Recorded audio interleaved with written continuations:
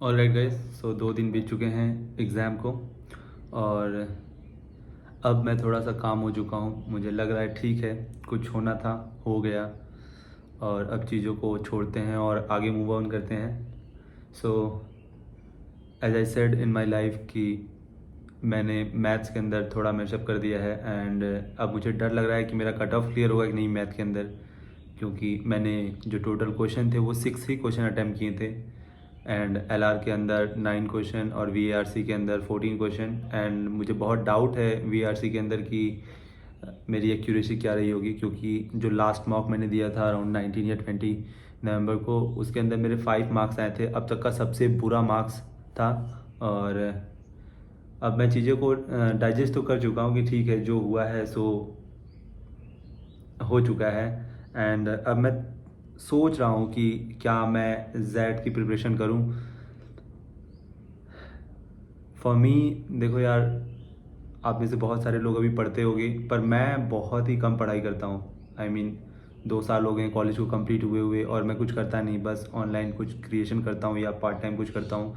तो मेरा पढ़ने से दूर दूर तक कोई नाता नहीं था। एंड पिछली बार जो मैं कैट दिया था उसमें भी बिल्कुल सीरियस नहीं था। सो इस बार भी मैं ऑलमोस्ट पूरे साल नहीं पढ़ाई किया। लास्ट के 2 महीने जब जिस दिन मैं फॉर्म भर रहा हूँ उस दिन से मैं पढ़ाई करना स्टार्ट कर रहा हूँ और फॉर्म भी तब भर रहा हूँ जब लास्ट के 2 दिन बचे हुए हैं। 2 दिन क्या, 1 दिन बचे हुए थे, उसके बाद फिर थोड़ा सा एक्सटेंड हुआ था डेट। बट सोचो उस समय से मैं पढ़ाई करना स्टार्ट किया। तो लेकिन जब स्टार्ट किया तो मैंने पूरी मन से कि सब कुछ छोड़ा और पूरी फोकस इसी पे की थी।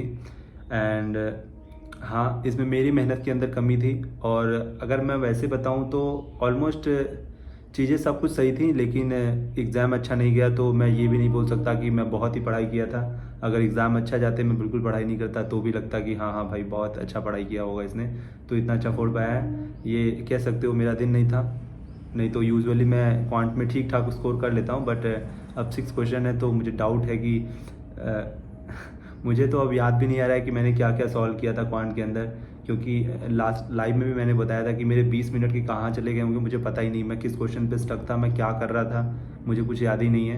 तो हाँ, मेरे से मैसअप तो हो चुका है और अब मैं सोच रहा हूँ जेड की प्रिपरेशन के लिए, या तो फिर अब जितने भी और एक्चुअली नौकरी वाली चीज़ें आ रही हैं, गवर्नमेंट की एग्ज़ाम थोड़ा उनके लिए पढूँ।